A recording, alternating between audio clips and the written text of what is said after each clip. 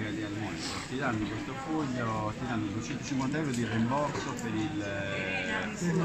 il mancato volo, più il biglietto te lo devi comprare tu normalmente, devi rimborsare anche quello, però non è detto che il biglietto tu hai adesso.